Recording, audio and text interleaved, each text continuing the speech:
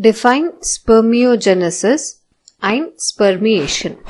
Now students, here are two processes. One is spermiogenesis and the other one is spermiation. Now let us learn what does these terms represent. The first term, spermiogenesis.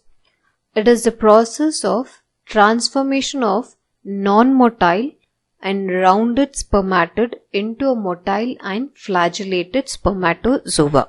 So the process of formation of male gamete, it is called as spermatogenesis. This occurs in the testes of males. Now during the process of spermatogenesis or at the end of the spermatogenesis, 4 non-functional spermatids are formed, which are non-motile and round in shape. So here we can see this is the spermatid, which is non-functional and spherical in shape. So before becoming functional, it has to undergo certain changes where it obtains a particular shape with head, middle piece and the tail, and it loses certain structures. Now this process where it is transformed from a non-motile into motile. For motile it requires flagellum tail. So by the end of spermiogenesis this tail is formed, and from round shaped it gets a typical shape which is seen over here. So this particular shape is obtained. So this process in which the non-motile round spermatid is transformed into a flagellated spermatozoa is called as spermiogenesis. And during spermiogenesis, acrosome cap is formed, the mitochondria gets aligned at the middle piece, and a flagellum, developing flagellum is formed.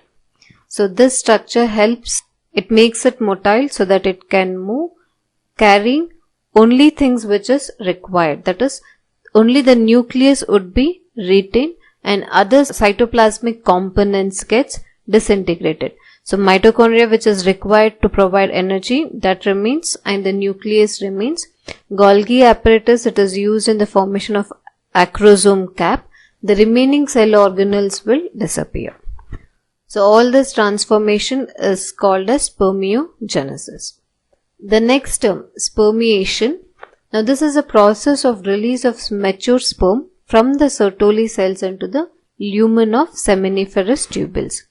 So all these development are occurring inside the seminiferous tubules. Now the release of after the spermiogenesis, we call it as a mature sperm, and this is released into the lumen of seminiferous tubule. So this process is called spermiation, and after this it would be transported for the further development.